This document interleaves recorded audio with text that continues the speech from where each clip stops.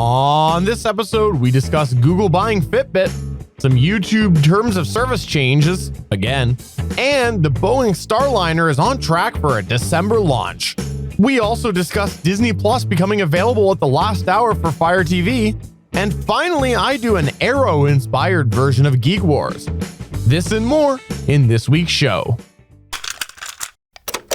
I'm SP from Legends of S.H.I.E.L.D., a show about the general Marvel comic universe, part of the Geek network, just like the show you're checking out now.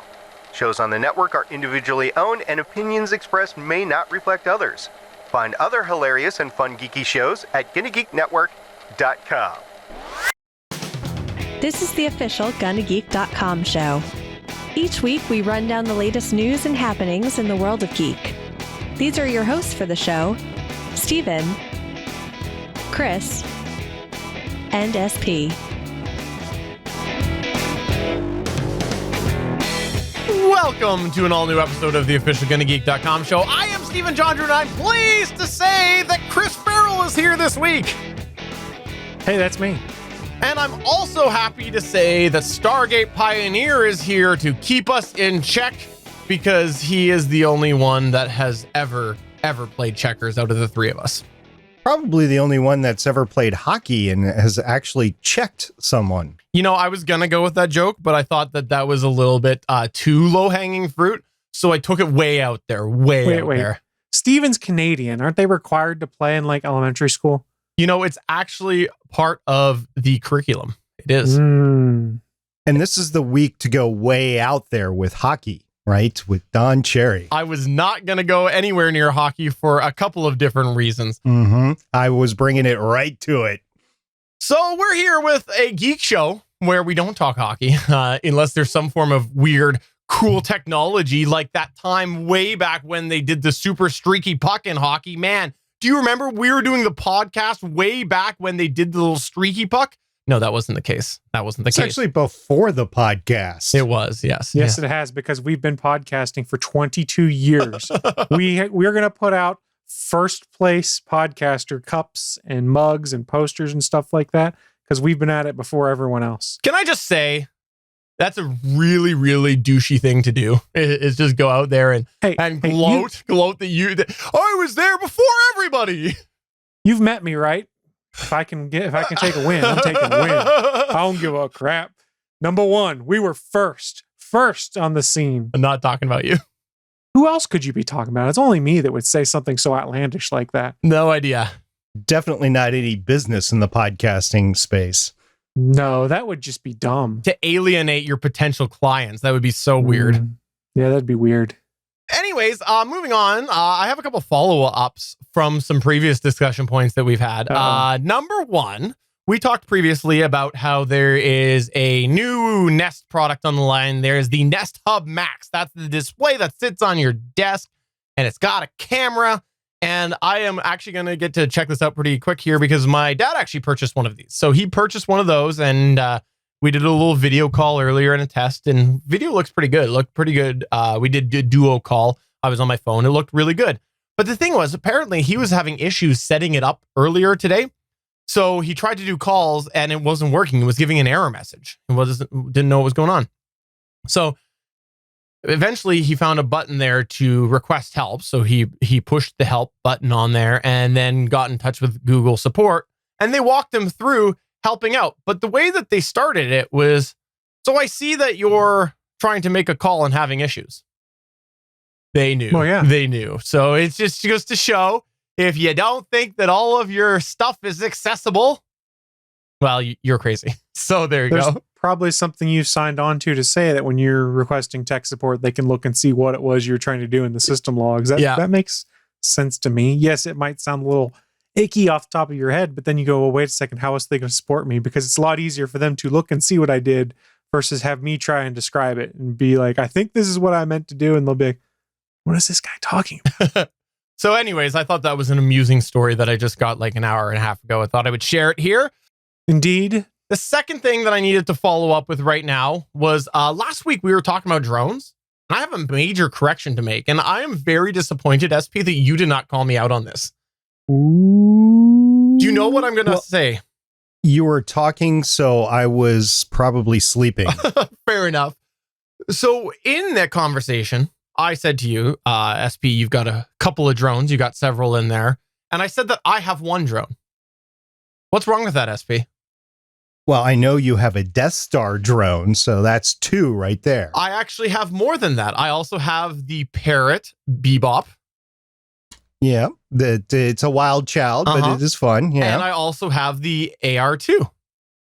So I really have 4 drones if you count this little Star Wars foam drone that's really only usable indoors. So how dare I say I only had one drone? Now, only one of those can be flown outside because the rest aren't registered and I'm not allowed to. So since they're not registered, but yeah, I was disappointed in USP as I edited last week.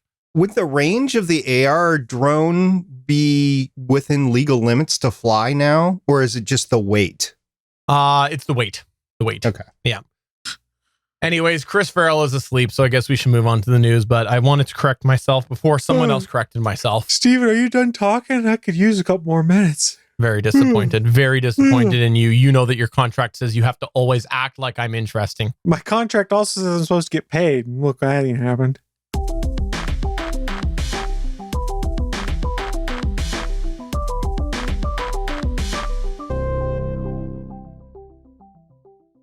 Let's kick off the news this week with a little bit of Google news, and we might actually have more than just my news point, but I will start us off. This news came out last week, even though officially it was kind of the week before, but somehow it missed everybody, it seemed like. Google's parent, Alphabet, did announce that they, on November 1st, ended up purchasing Fitbit for about $2.1 billion. Yes, Fitbit is now a Google product. Well, an Alphabet product, technically. The thing with this here that I wanted to bring up is that currently the speculation is what exactly is Google going to do? Everybody is speculating, but there was a statement made by Google's hardware chief, Rick Osterloch, and he said, by working closely with Fitbit's team of experts and bringing together the best AI, software, and hardware, we can help spur innovation in wearables and build products to benefit even more people around the world. Google also remains committed to Wear OS and our ecosystem partners, and we plan to work closely with Fitbit to combine the best of our respective smartwatch and fitness tracker platforms. So we don't know what exactly is Google going to do with this. It sounds like there is a little bit of possible amalgamation of some form coming between Wear OS, which is Google's Android Wear, essentially, operating system. They now call it, I think, Wear OS. And Google also likes to mine data. So we don't know if they're going to mine data, but they do claim that they're not going to use it for ads, the data from the Fitbit. I had heard that they were going to call it the Nest Wear. Feels like something you'd find in the second floor of Macy's. Second floor. You spend a lot of time there, I guess. I do a lot. Okay, so let's talk the real dirt here. Let's talk the speculation. So it looks like they're not denying that there's probably some changes that come in for Fitbit. It sounds like they say that they're not going to use the data on the Fitbits for ads, but we do know that Google likes data. Chris Farrell, give me your thoughts on this whole thing. Say goodbye to Wear OS, which is probably a good thing because while I have a Wear OS watch that I wear every day, to say that support for it has been lacking would probably be an understatement in recent time. There's been a lot of hope on like the Wear OS subreddit and things like that we would get a Pixel version of a Google Watch. Hasn't happened. And it's slow. It's painfully slow at times, even though there's new processors out, things like that. Nothing's really quite making use of it. And say what you want about Fitbit, they own the all the software and things like that from the Pebble Watch. They've incorporated that in there. They've made a wearable that's successful, that isn't slow as can be, does fitness tracking. Now, if you can kind of combine what Fitbit and what Wear OS represent into something that's decent and, dare I say, like the Apple Watch, you might be in better shape. But as a longtime Wear OS user, Android Wear user, which was its old name, I'm just kind of burnt out on all these promises. Well, it's going to get good again, because it hasn't. It's decent. It's better than the alternative, which is nothing, because I don't like the Samsung ones. They don't necessarily play nice with things.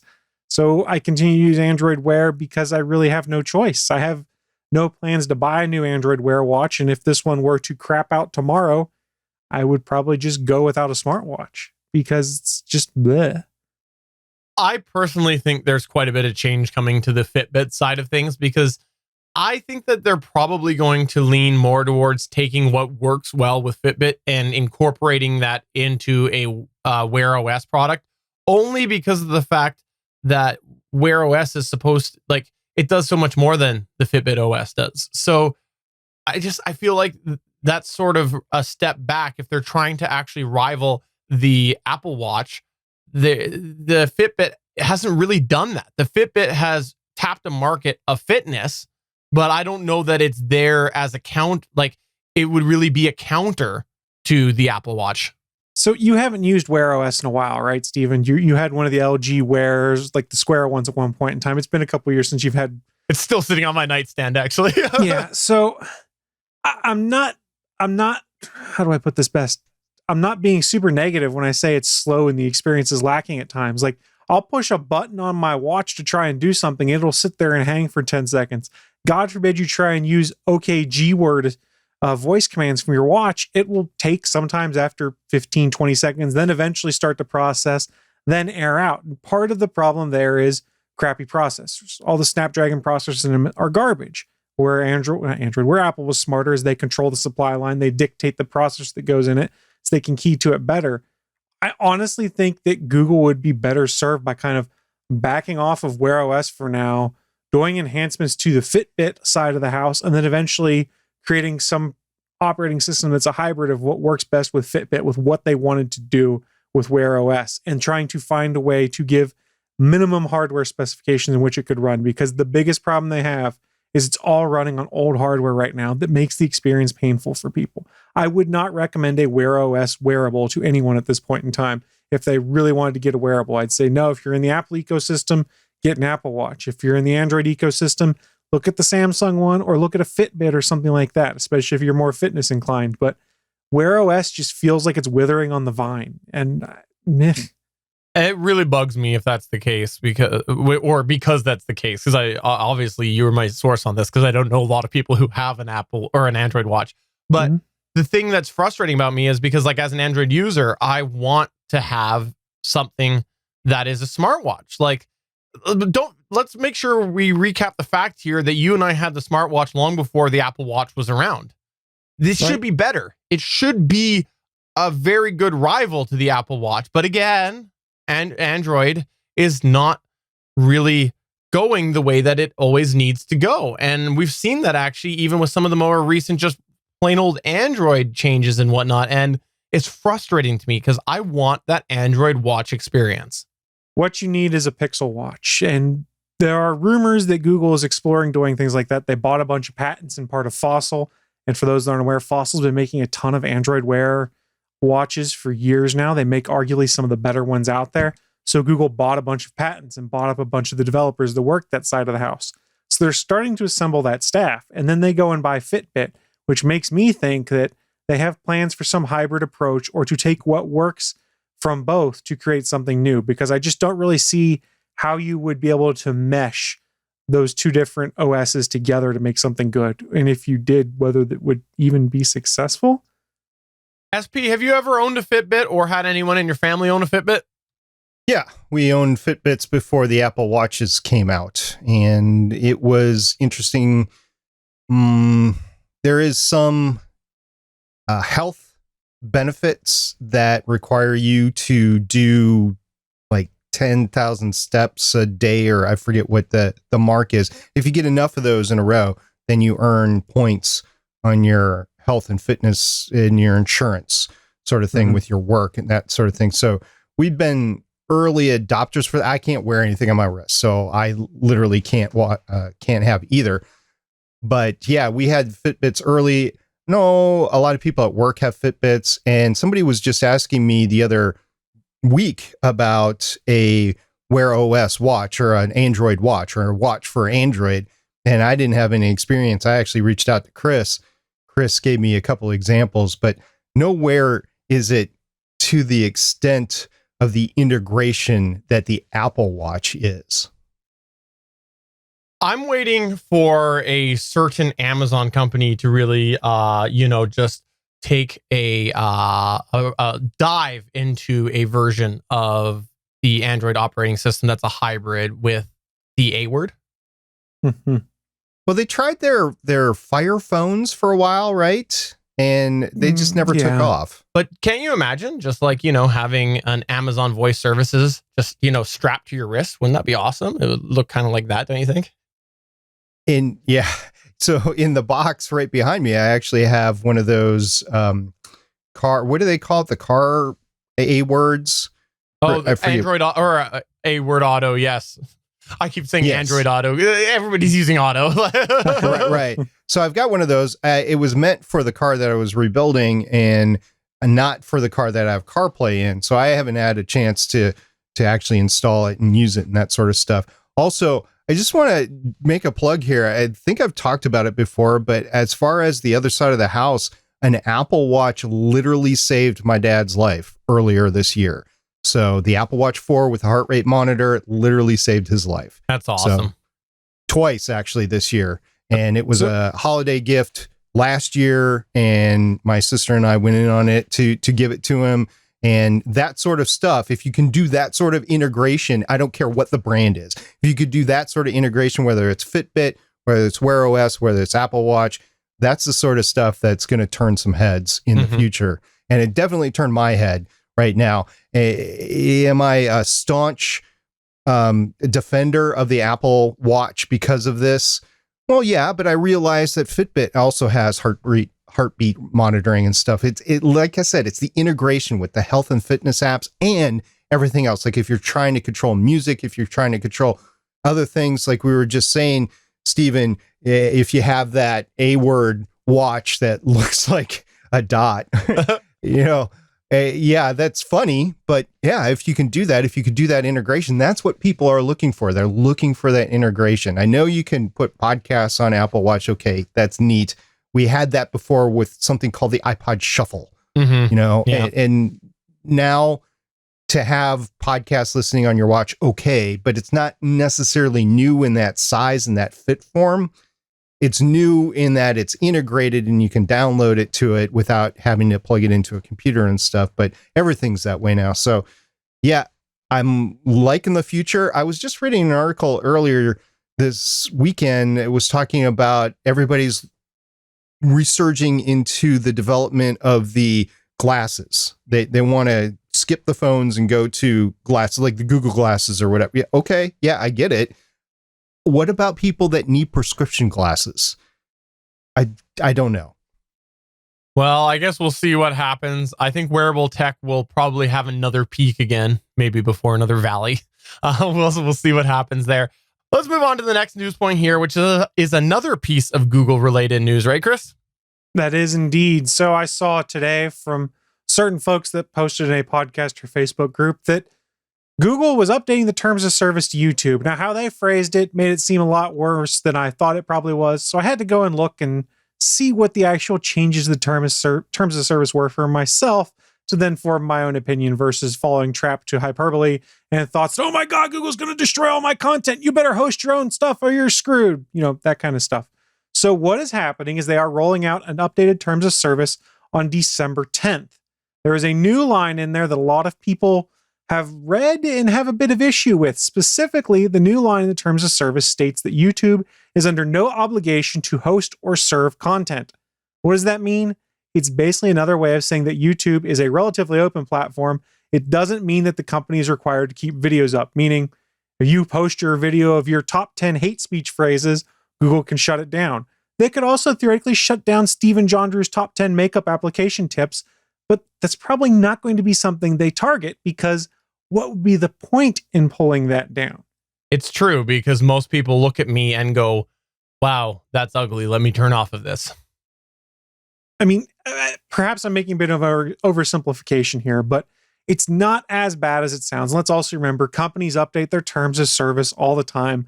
Looking back, this was YouTube's third change, or will be their third change in the terms of service just in the year 2019. A lot of those updates seemingly coincide with updated rulings based off the Federal Trade Commission's guidelines for YouTube, although YouTube reps deny those changes were made because of that ruling. Specifically, many of the updates we've seen recently center around who's using the platform in protection for children. In September, the Federal Trade Commission issued a $170 million fine against Google for alleged violations of the Children's Online Privacy Protection Act. YouTube also agreed to make changes to further protect children's privacy and comply with the law.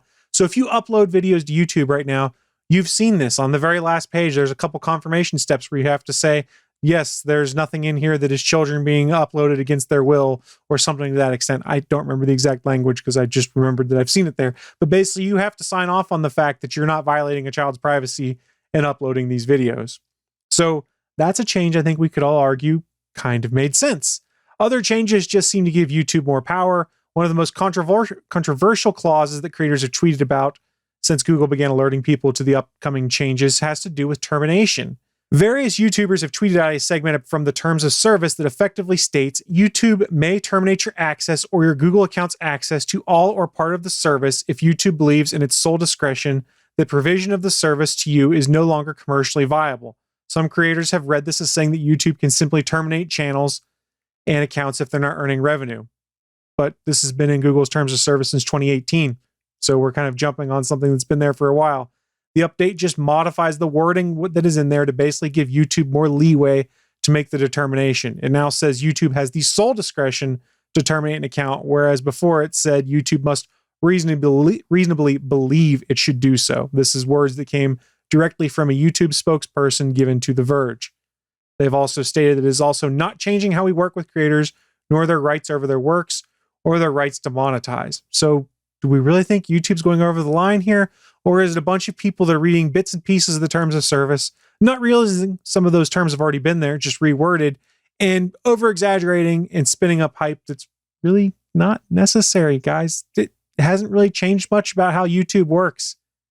There were so many people quoting this, and it was interesting for me to read that the big thing that people were quoting has not really changed, and it's been there for a while. So number one, there's your what do you call that? Fear mongering, I guess. There's your fear mongering right there. Accurate. Yeah. But the second thing is, I understand the reason for doing this because they need more leeway now than ever to make the decisions that they feel best fits their business model. Because YouTube has grown to be such a big thing that everybody thinks they're entitled. They think it's a right for them to be able to use YouTube. It's a company that is offering a service, and that company gets to decide what they are going to host on there. It is a company, and it's not something that everybody is entitled to have that there. And if they are wanting to be able to cancel accounts, as we've seen through many, many different organizations, that there have been different organizations having to take action for the best of their business or the perceived best of their business, they need to make sure their terms of service support that ability. And with so many people looking at terms of service and looking at accounts that have been canceled and really overanalyzing the why, was YouTube really allowed to cancel this account and things like that, they need to do what they can to be able to make that decision at their own discretion in as clear-cut manner as possible. And if this is in here and they think that somebody's channel is no longer, quote, commercially viable, it's just a way for them to cancel that again. So again, I understand it. And I take issue with people who think they're entitled to use YouTube.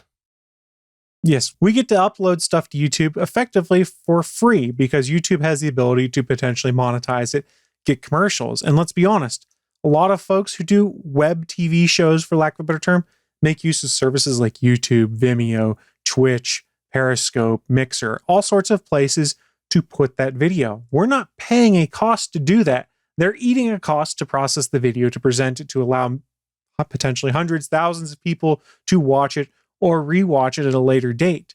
So the service we are being provided, I think to an extent, we could say this is Google protecting themselves.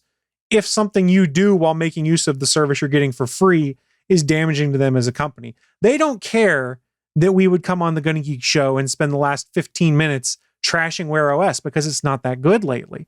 YouTube's not going to come in and shut us down and say, our sole discretion says that you're no longer viable. We're shutting things down. That's not in their interest. Their interest is if I start putting hate speech out on YouTube, which they've had a problem with, or conspiracy theories, fake news kind of things, that they have an ability to go and shut down things that are not to the benefit of the community and things like that. And maybe I am putting too much faith in YouTube. Maybe I'm expecting the big bad company to do good here, but I don't think we're talking about a terrible trade-off here, which is YouTube controls the content that's on their platform for free. I'm going to liken this to another service that's out there right now that's had to combat some issues, which do they call things that they can retract or get rid of off their service, or do they keep it on there? And that's Twitter. And I won't go into the specifics because I don't really want to talk about that sector of everything. But basically, it came into the purview that they were deeming certain accounts public service.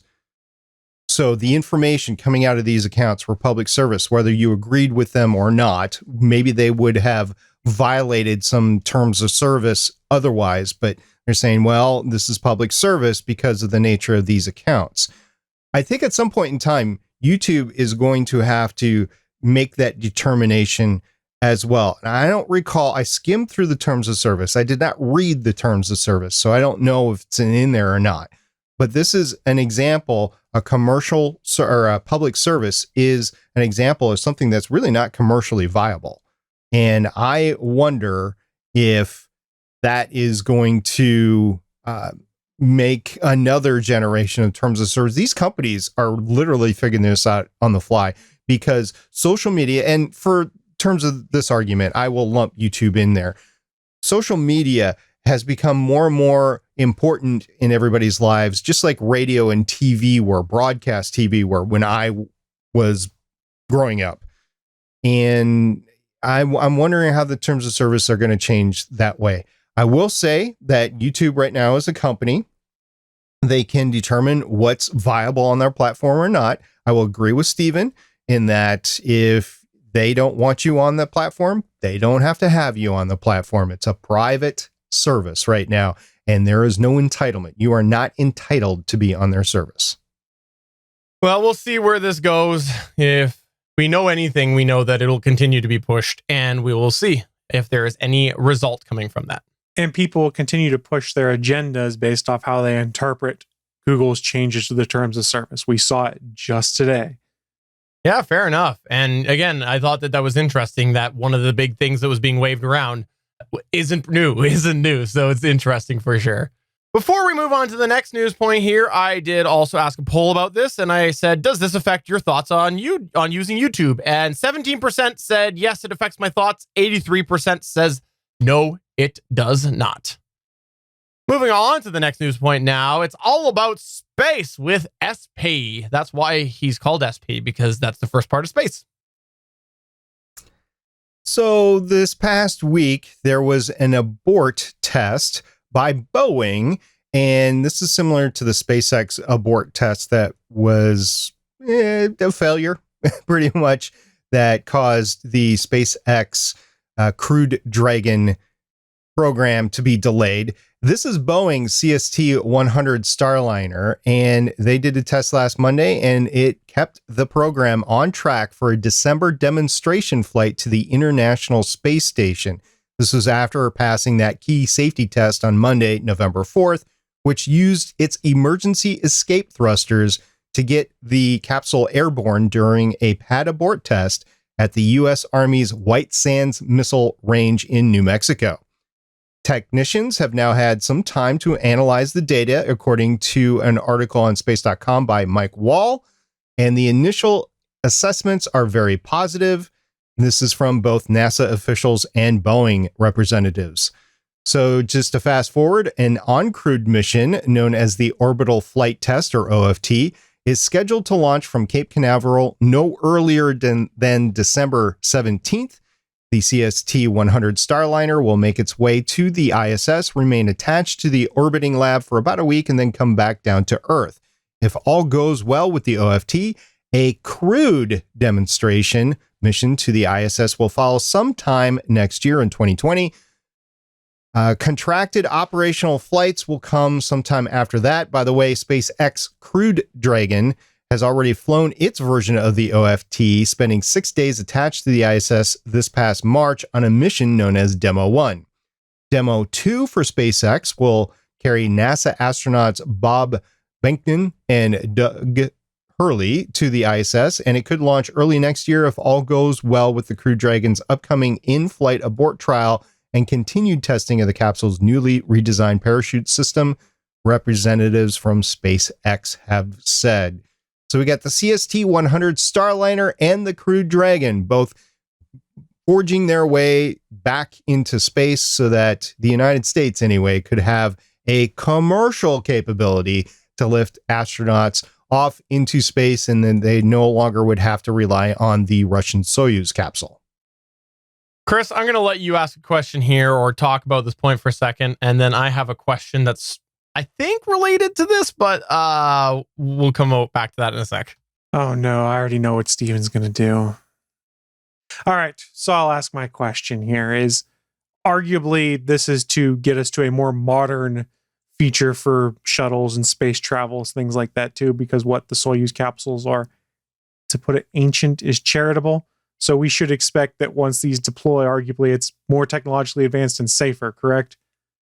Oh yeah, you're talking about glass cockpits, you're talking about safety measures that have accrued over time, but this is a compilation of being able to design it from the ground up and not just retrofitting the capsule as you go. Mm-hmm. So we're looking at something here that once viable and ready to go should be safer rather, and we should have less concerns of accidents happening because new tech, new safety measures, advancements because of what we've learned over the years from failures of shuttles or other kinds of capsules, things like that. So it's all good news for us once we get there. It's just we got to get there, and we're getting so close. Sometime next year, within the next 12 months, we'll have one go up. Nice. Okay, so here's the article that I wanted to bring up here, which I think is sort of semi-related, maybe tangentially. It was on Ars Technica, and the headline was NASA rejects Blue Origin's offer of a cheaper upper stage for the SLS rocket. Did you read about that at all or hear about that at all? Just in the headlines. I didn't actually read the article. Okay. Been busy this past week. Okay, I wanted to ask your take on that, but maybe we'll just leave that dangling here. We'll let that just simmer for a little bit until next week, and you come back and chime in on that, because I wanted to get your take on that, and I'll send you the link, and we'll make sure to come back and tap on that again next week. Sure, but just on the face of it, okay, so they're offering for an upper stage, okay. Are they offering for a capsule too, or just the upper stage? Well, you'll have to read the article and come back on that in the future. We'll hit on that next week. I was really thinking Steven was going to talk about Sir Richard Branson's company because it's just his shtick. Steven can talk about that all he wants. I will leave it with no comment. I'm not going to, okay? I'm not going to. And unfortunately, the poll for this news topic here is meaning that there's a lot of people which is going to, unfortunately, not know about this crucial part of the space race. Because I asked the question, do you regularly follow space news? And 63% said yes, and 38% said no. And in the chat, we even had Liberty Dude, I think it is, say, I follow SP space news. And we had Kent say, I try to follow space news, but don't really have the time to do it. SP, you are making people not know. 38% of people, based off of our poll, not know all about this crucial part called Virgin Galactic. I'm very sad. Aren't you sad for those people? No comment. Moving on to the extra, let's talk quickly about some interesting things that came out this past week, including Disney Plus. This came out of left field here. It was announced just the other day. For those of you who are looking to get the Disney Plus service, well, guess what? You will be able to get it on Fire TV devices. It looks like at the last hour here, because we record this on Mondays, and this is Monday, November 11th, meaning Disney Plus comes out tomorrow for us. It looks like at the last hour, there was an agreement that it is going to launch. Disney Plus will launch, being available to have the app downloaded on the Fire TV devices. Those are your Amazon Fire Sticks. This was a big hole because Fire TVs have really taken off in the last couple of years and has really filled that void for many people who are looking for an inexpensive streaming stick. And so it looks like this is now going to launch available on Fire TV. Now, is this only in US? Don't know. They haven't said for sure, like if it's everywhere Disney Plus is launching or if there'll be a slow rollout to other countries. I guess I'll find out tomorrow because I'm in Canada. And honestly, the Disney Plus rollout has been very, very discomforting for me because they haven't even listed what is going to be available in Canada. So I don't know. I can't even pre-order Disney Plus as of right now. Go to the website. There's a counter. That's it. Yeah. And there's other places that have it worse. Like the UK doesn't get it for another 6 months. I think it is something crazy like that.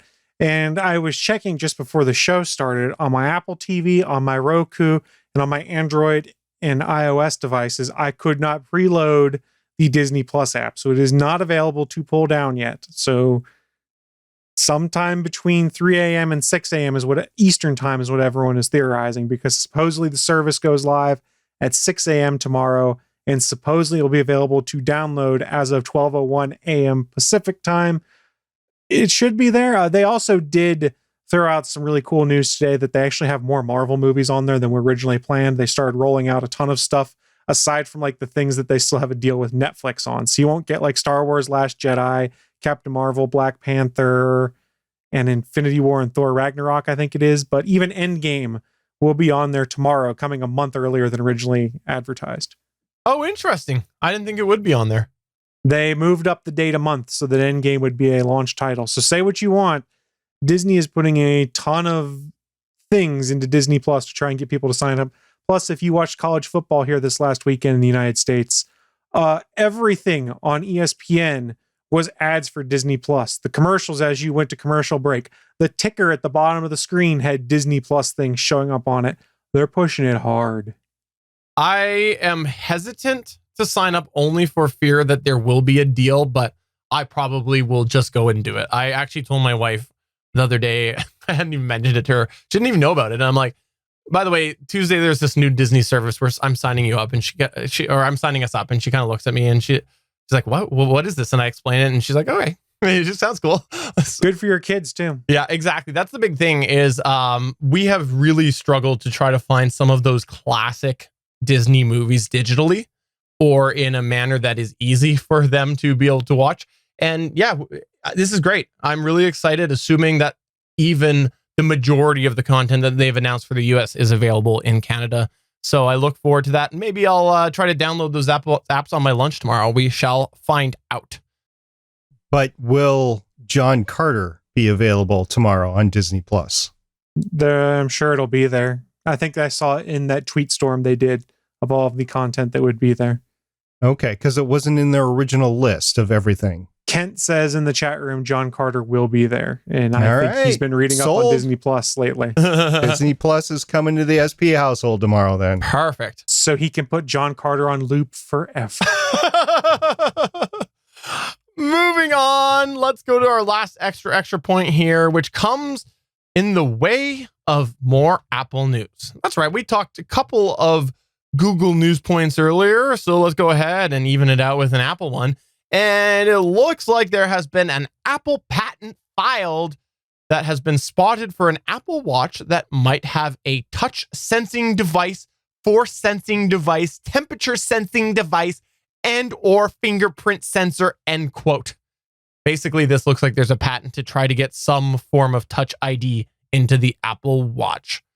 I think this is a smart move and may explain a little bit Apple's move to get the fingerprint reader out, because there are people who really do still miss the fingerprint reader on the iPhone. And if this is something that they end up integrating to a watch, some people could potentially, if it ties to your phone, be more enticed to get an Apple Watch if it means they can just use it for their fingerprint reader and get their fingerprint reader back. Like, could you imagine if all of a sudden the Apple Watch had a headphones jack on it that would tie to your phone or whatever? Then all of a sudden people might be like, yeah, I'm going to get an Apple Watch because I can go ahead and plug my headphones in uncomfortably on my watch.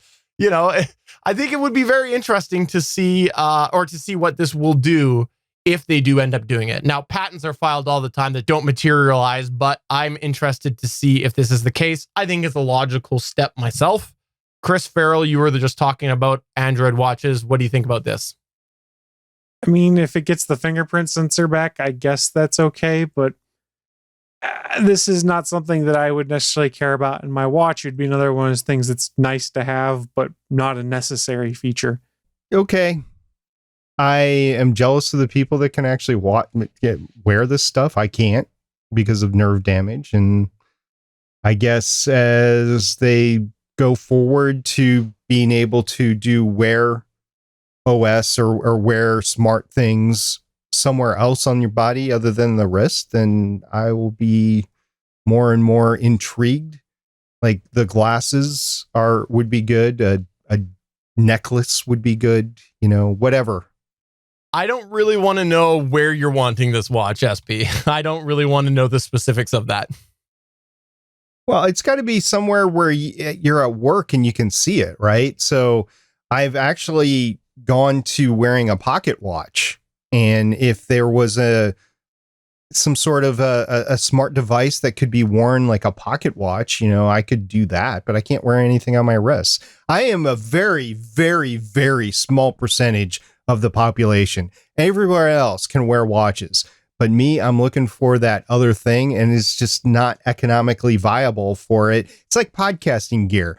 Musically, the audio gear was always deemed towards bands. And who cares about podcasters? I get the same thing with this watch thing, which I would love to wear one. I just can't.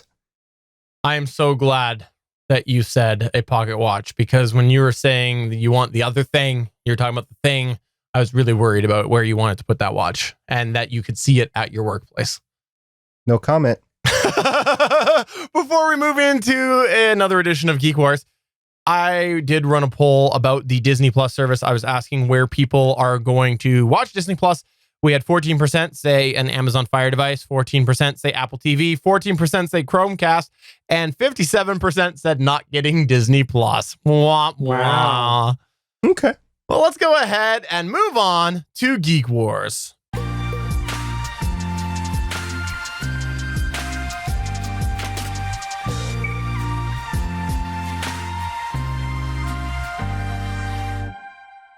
It's time for another edition of Geek Wars. For those of you who are not familiar with this, essentially, it's a fun little way that I can ask a series of questions and walk down memory lane of something, asking Chris Farrell and SP or whoever is on at that time a bunch of these questions, and they get to chime in with the answers.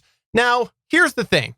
Nobody really wins in this game because, number one, they have to hear me ask a bunch of questions. That's pretty much a loss right away. But number two, often we tie. But should they want to chime in, which I encourage you to, otherwise it makes very poor audio programming, they will say their name when they are ready to answer. If they decline to answer or they get the wrong answer, then they go ahead and the other person has an opportunity to respond as well. At the end of this, we will have hopefully a winner, possibly a tie, as I mentioned, but we will see. Chris Farrell and SP, are you ready for this? Yes. No.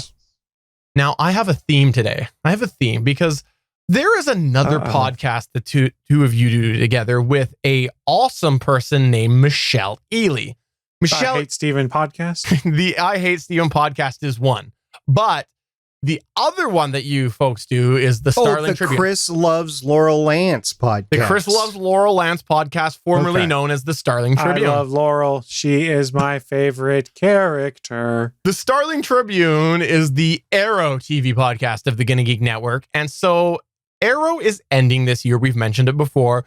We're in our final home stretch here of the Arrow episodes. What do we got left? 5? How many more do we got? 7? 7? Yeah. 6 or There's 7. only been 3 in the new. So we're in the final stretch. We're in the back half of the year. No, six. We haven't podcasted about the last one. Six. We're almost at that halfway point, almost in the back half. Maybe when someone listens to this in a couple weeks, it'll be accurate. But we're getting along. We're moving along. And I thought we would do a Arrow themed version of Geek Wars. Sure. We're gonna the night before Disney Plus launches. Let's go into the DC universe and let's talk about that. Why not? Right. So let's go ahead and go into the Arrow universe, and I'm going to ask a series of questions about this. Are you comfortable with this? No. I guess. Well, it doesn't matter if you are. Question number 1. We'll start off with a warm-up question. What is the name of the shipwrecked Lian Yu vessel? Chris. It's the Amazo. Oh, is it? I was going to ask, are you talking about the one that's in the harbor or the one Queen's that... Gambit? Yeah. It was the Lian Yu wrecked vessel, I said. Yeah, that's the Amazo. Yeah, I would agree with... So what is Chris saying? Chris is saying the Amazo. Amazo, right? No. Thank you for that clarification, SP. SP, what is it? Oh, God. What's the name of that stupid sub? I can't remember the name of the sub, but there was a sub ambiguous because the Amazo was wrecked at Lian Yu also. Yeah. Well, I'll just be honest. I was giving people on Geeks.live an opportunity to respond because you nailed it right away. It was absolutely the Amazo, and nobody got it right. Wait a minute. It could have been the sub. It could have been the sub. But you didn't say the name, so it's a moot point. All right. Because none of us remember the name of the sub. That's been 6 seasons ago. I was just biding time there. Next question. Question number 2, by the way. This does put Chris at 1. The next question I have here is name the character who played Moira Queen's love interest in season 1 of Arrow. Chris, what is it? Walter Steele. You're saying Walter Steele. Is that your final answer? Walter Steele, not Malcolm Merlin, aka the Magician, but Walter Steele. Chris is now at 2. Chris is absolutely at 2 because that is absolutely correct. It is Walter Steele. That's the actor's name? You said played. I said whatever. Right. I'm sorry. These questions are very poorly worded. I am putting in an official protest. Well, I will side with SP just because I feel like if I don't, then I'm not doing my part to build team building and camaraderie. Fair enough. All right. By the way, this puts WHE at 1,000 points. For some reason, there's 1,000 points now on the Geeks.live version. Man. All right, let's go with a hard one here. Portrayed by CTV news anchor Carrie Adams, name the character who recurs as a news anchor in both Arrow and The Flash. What is the name of the character? Do we lose points for wrong guesses? No. Chris. What? Stephen John. That's not correct. No. Damn. Okay, we'll go ahead and it's just a news. So they use real news anchors, and I don't care because I'm not from the area. It always says at the bottom the name. It always says the name. Okay, I know. Who cares? So, I think I've actually heard Michelle reference the character name, so you're just not as much of a fan.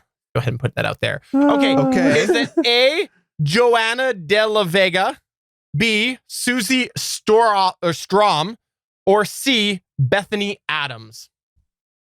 I don't know. Bethany Adams, I'll go with. That's what I was going to say, too. SP just beat you, which puts him at 1 because it is. SP didn't buzz in. It is. He said, he went, I don't know. That's his name, is I don't know. His name is I don't know today. I didn't know that was for points. Right. I see what kind of skullduggery we got going on here. By the way, the chat did. Majority of the people did get that. Well, yeah, they had because 3 they're choices. Googling. Moving on to the next question here. It's not called the Suicide Squad. What is it called? Chris. Not award-winning. Chris. Task Force X. Puts Chris at 3. It is absolutely Task Force X. By the way, one of the multiple choice question or answers that we had there at Geeks.live was League of Assassins, and somebody did guess that. So I was a little tricky there. I was a little tricky, wasn't I? I don't know. We can't look at the answers. Fair enough. League of This Heroes. is a trap to see if I'm cheating. I see how it is. All right. So the scoreboard currently resides at 3 for Chris and 1 for SP. Next question here. First and last name. What is the actual name of the huntress? Not the actress name. What is the actual name of the huntress? Chris. SP. I think Chris beat you. I think he did. That's fine. Okay. Helena Bertinelli. Wow. Way to go. I got that Bertinelli, but I was like, what was her first name? I don't remember. I was the other way around. I remembered the Helena, and I was trying to remember the last name because depending on which Earth you're on, it's different in the remember DC comics. The actor that played the father? Mm-hmm. Bertinelli father? Yeah. Vaguely. And never mind. All right. Next question. Question number 6. What was Amanda Waller's Argus code name? Chris, what is it? The Wall. Nope. Her code name was not The Wall. Wow. I don't comics. know. That would be the only one I know. I know it's not Harbinger. It is not. No.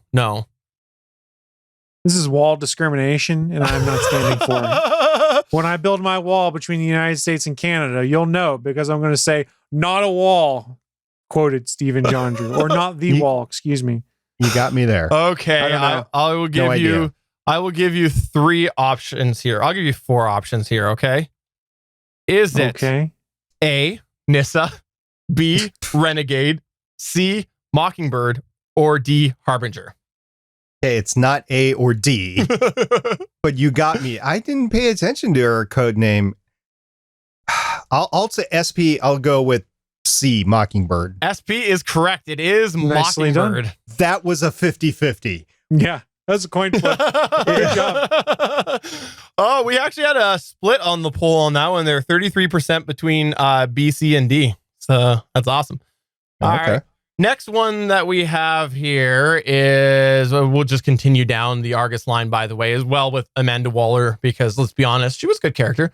Waller began shipping weapons to Lian to shoot down an aircraft that was carrying China White. What was the name of the airline of that aircraft? Chris? China One. No. I don't know. China One. I like it. Dang it. All right. Was it A, Queen Air, B, Ferris Air, C, China Air, or D, Air China? Chris? B. Which was? Ferris Air. It was Ferris Air. Oh, was? They went for the Easter egg. Yeah, it was Ferris Air. Because I thought that particular one, they went for another aircraft name. It was Ferris Airliner. Okay. Ferris Air. I mean, there was a lot of Ferris Air in the early episodes. We haven't seen Ferris Air in a long time. I think the Flash was the last time we've seen If Ferris you didn't Air. gather, actually, all of my questions have been from season 1 and season 2. All right, let's go with a one that might be actually easy. What is the name of Shadow's sister? This might have been season 3. Yeah, I'm pretty sure it's season 3. Was it May, Ray, Lay, or Jane? SP. SP? I will go with May. You are absolutely correct. Nice. Really? You are that right. was another pick one out of a bucket. I just want to get my name out there before Chris says his name.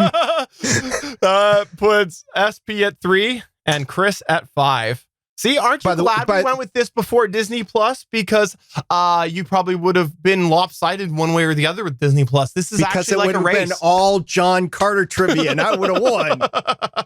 Yeah, you'd have won. Yeah. Question number 9. The current Dinah was not the first Dinah in Arrow. Who was the first Dinah? Chris? Chris? It was Laurel Dinah Lance. Is that what you're meaning? Played by No. Katie Cassidy? No. Oh. SP. Yep. Yeah. It was the mom. What mom? It was Laurel's mom. It was. Laurel and Yeah. Sarah's mom. It was. Yeah. It was Dinah Lance. You are absolutely correct. Look at that. It's Chris is just a hair ahead. A hair ahead. He's comic-based knowledge too, so he can go ahead and win this. All right. Question number 10, which you will receive 1 point for each character. Oh, dear. If you provide the actor and the character name, you will receive 2 points. Okay. So this is a potential for multiple points. Are you ready for this? Okay. No. I have my notepad. Okay. Name all of the characters which were promoted to series regulars for season 2. Again, 1 point for the character name, 1 point for the actor. So actor and character name. And actors be first and last name. Chris. Oh my God, complete brain fart. You just put me on the spot. Going once. Roy Palmer, played by Brandon Routh.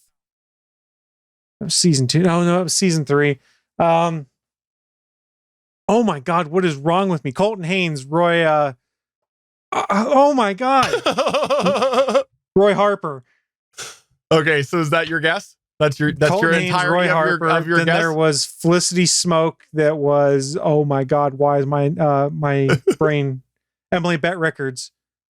All right, so that's your entire guess. Susanna Thompson, Moira Queen, and Manu Bennett as Slade Wilson, aka Deathstroke. All right, I will confess, I should have not let you get wrong answers. I shouldn't have let you do that, but I will have to, because I feel like you're kind of throwing things at the wall, but you did get there was only 3 that got promoted. Roy Harper, Colton Haynes, Manu Bennett as Slade Wilson, and Emily Bett Rickards as Felicity Smoke, which, as we all know, that was like a complete random character that never should have been. When did Isabel Rochev come on the show? Season 2, but I don't think she was in the main credits. No, she wasn't. She wasn't a regular. So that does give Chris. That was my one damn guess. So that means that Chris is indeed at 11 because he got all 6. Way to go, Chris. Chris has 11 and SP at 4. See, always a fighting chance there. And yeah, I actually thought there was a few more than 3, to be honest. But when I went back and I looked, I only saw 3 in the list of main character or main cast. Was Susanna Thompson in the regular credits all along then? Yeah, she was a regular from season 1. Okay. I couldn't remember. Yeah, she was, yeah. But it depends on what Earth you're watching the show on, because if you're on a different Earth, like Tommy would have been a regular, so... Fair enough. That Earth doesn't exist anymore. I hope that with the whole crisis thing and everything, somewhere we need like a montage of alternate title sequence of what could be so many different versions of Arrow. That's what we need. We need just one episode where it's just like a 5 minutes long of different title sequences with different arrows. I'd be okay with a YouTube video with that, from the official CW account to see the montage of that. Look, the crisis is being pumped up. This is something that a lot of people have been looking forward to for a long time. The comics this past year have been all focusing on a crisis event as well. By the way, if you aren't reading DC Comics, they're doing that. And now we have an after show, and it's not done by Chris Hardwick. Done by Kevin Smith. Yeah. So I'm like, wow. So not Chris Hardwick. He must not read DC Comics. That was actually what gave me the idea to do this, was because there was a couple of crisis announcements this past week, one of which was the after show. The other was we got a teaser just the other day. And that's why I wanted to do this. But I probably should have done Disney Plus, but that could be done at any point. Disney Plus ain't going nowhere. Arrow is. That's true. Bye-bye Arrow. January 28th is the last Arrow episode ever. So we only got 2 more weeks left. It's almost done. Sweet Prince. Well, thank you guys for participating in that. And we hope that this helped you enlighten yourself a little bit on some of the early days of Arrow if you didn't watch it, or maybe refresh your memory if you did. Chris Farrell. Did I say Chris Farrow? Did I say Chris Farrow? Because we were saying Arrow. Call me Farrow. Chris Farrow. The Pharaoh. There's your code name now. He is the Pharaoh because he won here. Although I have to say, if Michelle was on here, she would have owned all of y'all. I don't know if she would own Chris. She definitely owns me on this. I think she would have destroyed both of you. SP, before we go, is there anything that you'd like to plug or promote? Over on Legends of S.H.I.E.L.D., we're running down the second and final season of Cloak and Dagger right now. And it's it's a fun show, and it was canceled. But I think it would have been canceled no matter what because of the move to Disney Plus. Disney and Marvel is moving a lot of their content over there. Matter of fact, there were some rumblings that Daredevil might appear over on Disney Plus, that they were thinking about starting that over. And I think the contract runs out at Netflix after 2 years. So we might actually see the same actors over on Disney Plus. Are you serious? It's the rumor. Yeah, it's a rumor now, but there's more to the rumor. Like they're actually in talks with the actor and the production team. The question is which site reporting that? Yeah, because that's fair. There's one site that is notorious for stuff like that. They did it for Crisis, and Guggenheim just called them out and was like, "Yeah, how can they claim they knew this when we didn't figure it out until a week ago?" When they're trying to be like, "We called this 6 months ago. We knew it." Right. Yeah. So one site's really bad. Yeah, but call them out. Fair. Do you want to call them out? Yeah. We got this covered. If you use them for your news on Marvel, DC, things like that, they're pretty crappy. They'll make wild claims and say they have sources that they don't have. And then the creators call them out and say, "Hey, this is BS." I've fallen victim to it before and talked about it on ATGN. I will not cite any news source that reaches back to "we got this covered" anymore because they're wrong just as much as they're right, because they just want to get the guess out there and try and be first to get the clicks. I don't put the news out there for Legends of S.H.I.E.L.D. The ladies do, and they are all stringent on making sure that everything is sourced appropriately before we talk about it, because we don't want to run into the same issue. I don't think we ever have on Legends of S.H.I.E.L.D. because they've been really good about it. But yeah, like we'll be talking pre-show and I'll bring something up and Lauren's like, "Yeah, no, I didn't. That was only like one place," or "Where'd you read that?" or whatever. So we make sure we talk about it before we actually have it on air there. So do you think they would keep the continuity?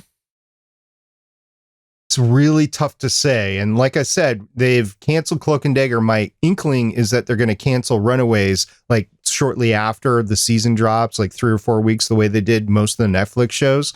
And then they'll slowly port it all over to Disney Plus because that's where they want all the Marvel stuff. The one anomaly right now is, I guess, Ghost Rider is on HBO Max. Got canceled. Oh, it did. Okay. It was supposed to be Hulu, I think it was, and they canceled it. I actually really have been missing Daredevil this year. I have to say, I didn't think I would because I never really binged it right when it came out. It took me, 2 years to even watch season 1.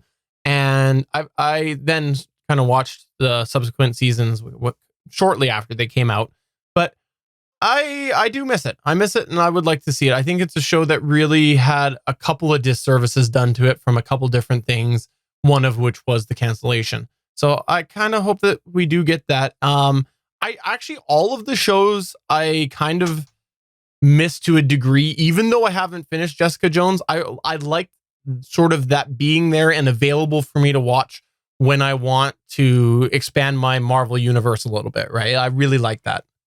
Yeah, we wanted to run down what was actually airing right now. And since Legion was canceled after season 3, we decided not to cover that. But since season 3 of Runaways was coming up, we were going to take a road to get there. So we covered the first 2 seasons of Runaways. We've covered the first season of Cloak and Dagger. Next week, we'll start the second season of Cloak and Dagger. There is a Cloak and Dagger tie-in to the Runaways in season 3. But like I said, now with Kevin Feige in charge of all things Marvel, including Marvel TV, and Jeff Loeb no longer part of Marvel TV, I think that it's a done deal that these shows are going to be canceled and brought over. Chris, is there anything that you'd like to plug or promote? Yeah, like we talked about for this whole Geek Wars thing, Starling Tribune is covering the final season of Arrow. So if you want to hear us talk about Arrow and find out some opinions on it before the show is gone, come check us out Thursdays, 7:30 p.m. Eastern time over at geeks.live. Hasn't the final season of Arrow just been a fun ride in general? So far. Yeah. I'm looking forward to seeing how it continues on. But that's going to go ahead and wrap it up. So for episode 309 of the official GonnaGeek.com show, I'm Stephen John Drew saying thanks for coming on by. If you checked us out live, thanks for listening to us afterwards. Either way, please do get in touch with us at GonnaGeek on Twitter. And I'm SP saying, Steven, why don't you send your boys on over and I'll pay in $20 to shovel my driveway. I'm Chris Farrell and I am Le Champion. French now. Very nice. Thanks, Chris Jericho. I stole that from him. Bye. Bye. Bye.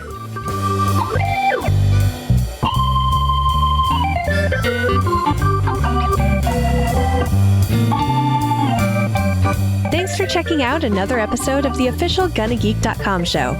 If you like the show, please give us a 5-star review in Apple Podcasts or a thumbs up on YouTube.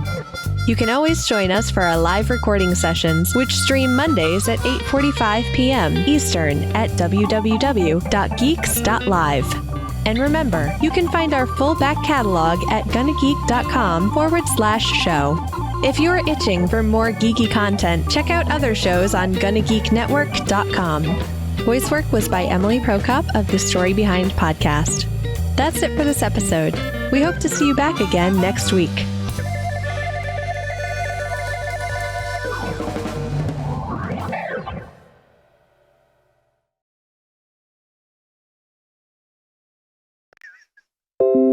The hell was that?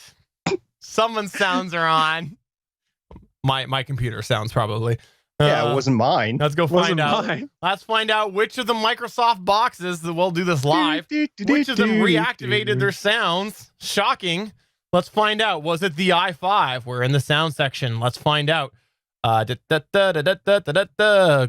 the sound settings. But for we some are reason, going to the sound settings. So we'll go sound control panel because for some reason this one's not showing in the right spots. We'll go to sounds and look, that one went back to the default sounds. Shocking. Son of a gun. Who would have thought that a Windows 10 product would change its settings?